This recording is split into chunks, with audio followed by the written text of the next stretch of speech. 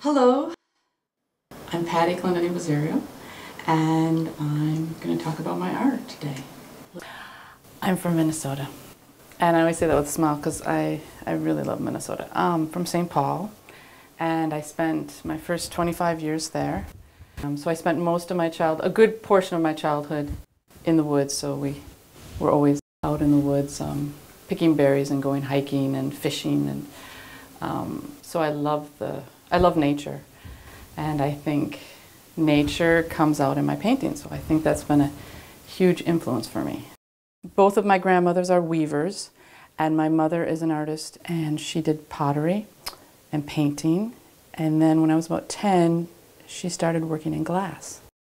And I've always been around art, and I've always enjoyed art, and I've always appreciated art, but to actually say when I started painting would have been about 11 years ago when we moved to southern France. That was it. Then I knew this is something I had to do, wanted to do, and was fortunate enough to be able to do. So when you get down there and you start living down there, and the scents, you can just, the smells and the light and the colors and the textures, everything is, there's so much texture that I know that was what did it for me, the light. And I know Matisse said that too. He said the light in southern France, especially in southwestern France, it's crystal.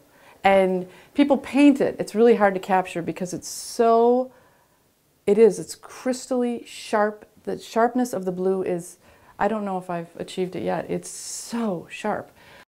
My progression was I was doing a lot of scenes of Provence and lavender and, you know, the old buildings and the churches and the villages, and it was lovely. And then we moved to America after that, and I was doing American barns.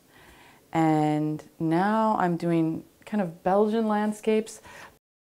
And so let's say maybe I wanted a little bit darker in here. I might do a softer brush stroke, and then maybe up above it I'm going to do darker, heavier, and I'll probably go over it a few times where I want that color to seep in. I also love line. I also love to outline my paintings, so sometimes you'll see there's little black lines in between each piece of the landscape. So this painting will have greens and yellows in it. Most of my paintings are very, very bold, and I tend to add a lot of texture, so I'll do a lot of layers. Lately I've been using black gesso to give my canvas a lot of tooth, they call it, and so there's a lot of texture before I even begin. And then when I start in with my paint, I use a lot of paint, pretty bold brush strokes, and then I go over and I'll do many layers. So sometimes a painting might have 2 or 3 layers. Some of my paintings have 10 layers. One of my goals is to have the canvas have a feel of linen. So when I allow some of the black from underneath to seep through or to show through, I'm trying to get that feel of linen. I'm a huge fan of Belgian linen. I think it's really strong, it's very tactile. I think that's important in my artwork because I like very textured, tactile paintings.